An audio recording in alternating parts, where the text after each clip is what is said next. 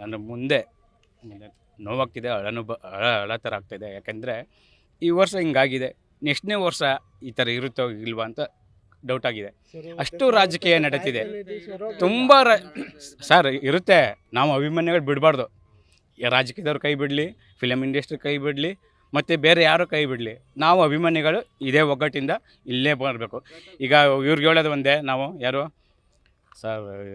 ಈ ಭೂಮಿ ಅವರು ಬಾಲಣ್ಣ ಅವ್ರ ಮೊಮ್ಮಕ್ಕಳಿಗೆ ಹೇಳೋದು ಒಂದೇ, ಅದು ಎಷ್ಟಾಗುತ್ತೆ ಹೇಳಿ. ನಾನು ಒಂದು ಕೆಲಸಕ್ಕೆ ಹೋಗ್ತೀನಿ, ನನ್ನ ಸ್ಯಾಲ್ರಿಲಿ 1 ತಿಂಗಳು ಸ್ಯಾಲ್ರಿ ನಾನು ಈ ಭೂಮಿಗೆ ಕೊಡ್ತೀನಿ. ನಾವು HLL ಕೆಲಸ ಮಾಡೋದು ಸರ್, ಮಾರುತಳಿ HL ಇದರಲ್ಲಿ ವಿದ್ಯುತ್ ವಿಮಾನ ತಯಾರಿಸೋದು, ಅಲ್ಲಿ ನಾವು ವರ್ಕ್ ಮಾಡೋದು. ನಂದೇನು ತಿಂಗಳ ಸ್ಯಾಲ್ರಿ ಇದೆ ಅದನ್ನ ಆ ಸ್ಯಾಲ್ರಿನ ನಾನು ಇಲ್ಲಿ ಕೊಡ್ತೀನಿ ಸರ್. ನಮ್ಮ ಭೂಮಿಗೆ ನಾನು ದೇವ್ರಿಗೆ ಅರ್ಪಣೆ ಮಾಡ್ತೀನಿ.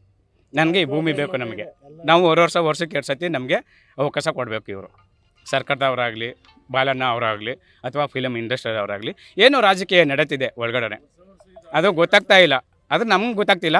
ಇಲ್ಲಿ ವೀರಕ್ಕ ಪುತ್ರ ಸರ್ ಅವ್ರಿಗೆ ಅಥವಾ ರಾಜ್ಗೌಡ್ರು ಸರ್ ಅವ್ರಿಗೆ ಗೊತ್ತಾಗ್ಬೋದು.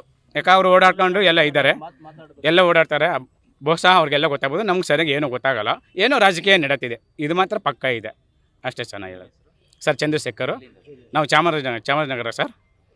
ಚಾಮರಾಜನಗರ ಅಂದರೆ ಹಳ್ಳಿ, ಯಳಂದೂರು ತಾಲೂಕು, ಮಾಂಬಳ್ಳಿ ಅಂತ ಬರುತ್ತದೆ. ಅಗ್ರ ಮಾಂಬಳ್ಳಿಯಿಂದ ಬಂದಿರೋದು ಸರ್ ನಾವು. ಸ್ಮಾರಕ ಆಗಿದೆ.